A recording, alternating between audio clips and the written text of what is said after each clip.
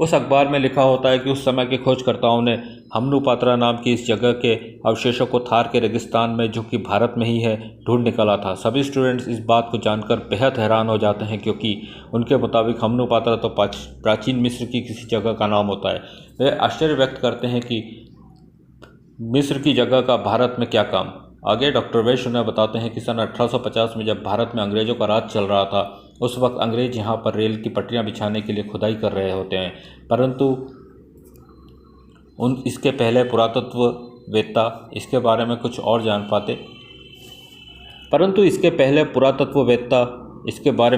जान पाते वे एक भीषण रेतीले तूफान में दफन हो गए थे। तभी वहाँ एक अनजान व्यक्ति आता है और वो कहता है कि वो एक गाइड है और हमनू-पात्रा सभ्यता के बारे में बहुत सी बातें जानता है। उस व्यक्ति का नाम होता है गाइड नागफन। नागफन उन्हें सच में उन अवशेषों तक लेकर जाता है। डॉक्टर वैश वहाँ पर खुदाई करना चाहते हैं और इसकी सरकारी आज्ञा लेने के लिए वे बतौर सबूत वहाँ से कोई चीज़ ले जाना चाहते हैं।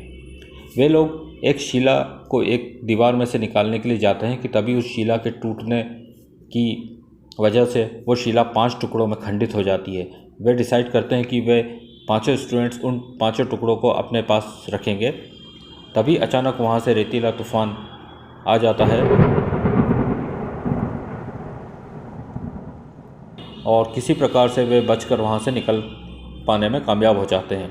उनकी वापसी की खुशी में ही उस विशाल फार्म हाउस पर, जो कि हमें शुरुआती दृश्यों में दिखाया गया था, जिस पर एक पार्टी हो रही होती है, वहाँ पर उनके साथी स्टूडेंट्स ने एक पार्टी रखी थी इन्हीं लोगों के लिए। वे लोग शिला के खड्डों को अभी तक एक सुरक्षित स्थान पर रखे हुए थे। तभी वहाँ कुछ ममीज़ उन पर हमला करना शुरू कर देती है। ताहिरा तुरंत ही पीपीटी गन को एक्टिवेट कर लेती है। उस गन में काली शक्ति को विखंडित करने की अद्भुत शक्ति होती है और सभी ममीज़ खत्म हो जाती है। उधर गगन और विनाशदूत अभी भी उन रेगिस्तानी बिच्छुओं से लड़ रहे होते हैं।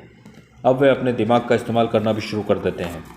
वे किसी तरह से उन बिच्छुओं की पीठ पर सवार होना शुरू कर देते हैं और दूसरे बिच्छू जैसे ही उनको डंक मारते हुए अपनी जगह छोड़कर वहाँ से निकल जाते हैं, उसी डंक से वो दूसरा बिच्छू वहाँ पर ख़त्म होना शुरू हो जाता है और इसी तरह वे आपस में लड़वा कर उनका खात्मा करना शुरू कर देते हैं। और अगले दृश्य में हम नागराज को फिर से देखते हैं, जो कि जहरीले कीड़ों से घिरा हुआ होता है। नागराज शीतिका को बुलाता है और उसकी शीत लहरों के माध्यम से उन कीड़ों को ख़त्म कर देता है। फिर से वहाँ ममीज़ उन पर अटैक करती है। नागराज अपनी विशिष्ट शक्तियों के बल पर उन्हें नेस्तनाबूद कर देता है। तब वहाँ गगन और विनाशदूत भी आ जाते हैं। वे आपस में बातें करते हैं और उन्हें पता चलता है कि वो पिरामिड्स दरअसल में एक मकबरा होता है, जिसकी रक्षा मांत्रिक इच्छाधारी सर्प योद्धा कर रहे होते हैं। वे सर्प योद्धा इसमें बंद शैतानी शक्तियों की रक्षा कर रहे होते हैं, परंतु डॉक्टर वैश और उनकी टीम के द्वारा वो शिला खंडित हो जाती है, जो कि दरअसल उस मकबरे के अंदर जाने का रास्ता होता है। इससे वो सारी काली शक्तियाँ आज़ाद हो गई थी।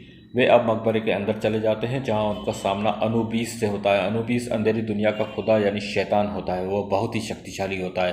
वे लगभग नागराज और टीम को परास्त कर देता है। उधर महानगर में ताहिरा और मोंटी अपने मिशन को पूरा कर चुके होते हैं। अब वे उन 5 स्टूडेंट्स को लेकर और साथ ही उन 5 शिलाखंड को लेकर थार रेगिस्तान की ओर बढ़ते हैं। वे हमनू-पात्रा पहुंच जाते हैं। वो उसी जगह पर जाते हैं जहां से उन्हें वह शिला मिली थी। अब उस जगह पर एक सुरंग होती है। तभी वहां मम्मी सर्पों की एक विशाल सेना आ जाती है। ताहिरा और मोंटी स्टूडेंट्स को कवर करते हुए पीपीडी गन के माध्यम से उनको ख़त्म करना शुरू हो जाते हैं और इसी तरह इनके बीच में एक बहुत ही खतरनाक फाइट हमें दिखाई जाती है। वे स्टूडेंट शिला खंडों के टुकड़ों को वापस उसी जगह फिट कर देते हैं। उनके ऐसा करते ही सुरंग का मुख्य द्वार खुल जाता है। ताहिरा और मोंटी उन सभी स्टूडेंट के साथ जल्द ही उस जगह पहुंच जाते हैं जहां अनुबीस और नागराज की टीम की फाइट हो रही होती है। तभी उनका रास्ता रोकने के लिए वहां नेताजर आ जाता है। नेताजर दरअसल उन ममीज़ का सरगना होता है। नेताजर उन ममीज़ के साथ उस मकबरे में स्थित फराहो यानी बादशाह के दफन शव की रक्षा कर रहे होते हैं और अब वे फराहो को पुनर्जीवित करना चाहते हैं। नेताजर ताहिरा एंड टीम को अपनी सम्मोहन शक्ति से बांध देता है और उस तहखाने की ओर बढ़ना शुरू करता है जहां बादशाह फराहो की कब्र होती है। उधर नागराज और टीम को अनुबीस मारने ही वाला होता है कि वहां पर बस्तेत आ जाती है। दरअसल बस्तेत महान अमुन-रा की बेटी होती है। वो अपनी घातक शक्तियों के द्वारा अनुबीस को वहाँ से भागने पर मजबूर कर देती है। वो नागराज और टीम को बताती है कि अमुन-रा द्वारा वो वहाँ भेजी गई होती है। वो उन्हें बताती है कि उन्हें यानी कि अमुन-रा को उन तीनों योद्धाओं की आवश्यकता होती है। दरअसल हमनू-पात्रा का बादशाह यह फराहो अब पुनर्जीवित होने वाला होता है और वो होता है तूतनखामन। आइए अब जानते हैं तूतनखामन की विस्तृत कहानी, जो कि हमें बस्तेत बताती है। आज से 5000 साल पहले मिस्र की धरती पर ओरोसिस नामक फराहो का शासन था, जो कि अंधेरी दुनिया के खुदा अनुबीस का अनुयायी था। ओरोसिस को अनुबीस ने अपनी काली शक्तियों और विशाल सेना प्रदान की थी, जिसका सामना करने की शक्ति किसी इंसानी ताकत के पास नहीं थी। विश्व विजयी अभियान पर निकला ओरोसिस अपनी राह में आने वाले उस हर देश को जीतता चला गया। इसी प्रकार अनुबीस की शक्तियां व उसका वर्चस्व बढ़ता चला जाता है। अनुबीस की अंधेरी दुनिया का काला सूरज चारों ओर छा गया होता है। तब सूर्य देवता रा की शक्तियां क्षीण हो गई थी। अनुबीस की काली शक्तियों ने समूची पृथ्वी को अपने आगोश में जकड़ लिया था। तब देवताओं के राजा अमुन ने अपनी शक्ति सूर्य देवता रा से सम्मिलित करके अमुन रा का रूप लिया। परंतु जिस प्रकार अनुबीस ओरोसिस को अपना मोहरा बनाकर देवताओं के विरुद्ध प्रयोग कर रहा था, अमुन रा को भी एक ऐसा मानव प्रतिनिधि चाहिए था जो इस युद्ध में देवताओं का प्रतिनिधित्व कर सके। वे इस कार्य के लिए अमुन रा ने तूतनखामन नामक योद्धा का चयन किया। उसे अपनी सेना व तंत्र शक्तियों का इस कार्य के लिए अमुन रा ने तूतनखामन नामक योद्धा का चयन किया। उसे अपनी सेना व अपनी तंत्र शक्तियों का सोत्र स्वर्ण तंत्रा नामक पुस्तिका प्रदान की, जिसकी सहायता से तूतनखामन ने ओरोसिस व अनुबीस की सेना को परास्त कर दिया। ओरोसिस तूतनखामन के हाथों मारा गया और अनुबीस की नेतृत्वहीन सेना पुनः अंधेरी दुनिया में लौट गई। अमुन रा ने तूतनखामन की वीरता से प्रसन्न होकर उसे मिस्र का नया फराहो बना दिया। किंतु वक्त के साथ साथ तूतनखामन की प्राथमिकताएं भी अब बदलने लगी थी। धीरे धीरे वीर और दयालु योद्धा एक अहंकारी और निर्दयी फराहो बन गया था। उसने अमुन रा की सर्वोच्च सत्ता को अपने पैरों तले कुचलना आरंभ कर दिया। मिस्र के इतिहास ने अपना सबसे जालिम शासक देखा, जिसके कहर से मिस्र की जनता त्राही त्राही कर उठी। उसने पूरे मिस्र में खुद के मंदिर, स्फिंक्स और पिरामिडों का निर्माण कराया और खुद को अमुन रा से बड़ा भगवान मानने के लिए मिस्र वासियों को विवश कर दिया। अमुन रा की सत्ता को चुनौती देते हुए तूतनखामन ने भी ओरोसिस की तरह विश्व विजेता अभियान पर निकल पड़ा और राह में आने वाले सभी देशों को तबाह करता हुआ वह जा पहुंचा भारत में हमनुपात्रा नामक स्थान पर।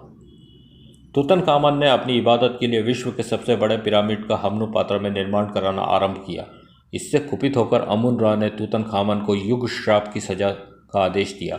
अमुन रा की सेना ने स्वर्ण तंत्रा की सहायता से तूतनखामन को बंदी बना लिया। अमुन रा के मुहाफिजों ने तूतन के ही पिरामिड में तूतन को युग श्राप की सजा दी। उसकी आंखें, जुबान और अन्य इंद्रियां निकालकर पवित्र मर्तबानों में सुरक्षित कर दी। संरक्षकों ने तूतन को जिंदा ही खोलते तेल में उबाला और फिर उसे मम्मी बनाकर सदा के लिए मकबरे में कैद कर दिया। देवताओं द्वारा दिए जाने वाले दंड में युग श्राप सबसे कठोर और भयानक सजा है। यदि युग श्राप दंड से मम्मी बनाया गया व्यक्ति गलती से भी पुनर्जीवित हो गया तो वह प्रलय बनकर मानवों और देवताओं का सर्वनाश कर सकता है। तूतनखामन कभी पुनर्जीवित न हो सके, इसके लिए अमुन रा के मुहाफिजों ने मृत्यु पुराण नामक पुस्तक की सहायता से तूतन के शरीर से उसकी आत्मा बाहर निकाली और उस आत्मा को 5 हिस्सों में विभाजित कर दिया। जब तक तूतन की आत्मा के पांचों हिस्से एक नहीं होते, तूतनखामन जीवित नहीं हो सकता।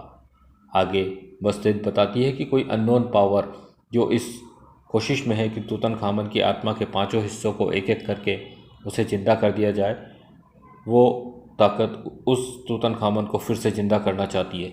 आगे वो कुछ और भी बताना चाहती है कि तभी एक भयंकर विस्फोट होता है।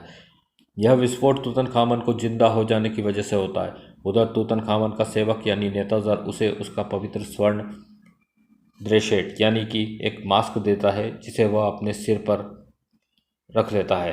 तभी अचानक वहाँ नागराज और बस्तेत और आर्याबी की पूरी टीम भी आ जाती है और उस पर हमला करना शुरू कर देती है। फिर यहाँ एक बहुत ही रोमांचक फाइट होती है इनके बीच। इसके अंत में वे नेताज़र को मारने में सफल हो जाते हैं। तूतनखामन कहता है कि नागराज, तू भी मेरी तरह तक्षक है। तक्षक क्या होता है यह हम इस कॉमिक के दूसरे भाग यानी तक्षक में पता चलेगा।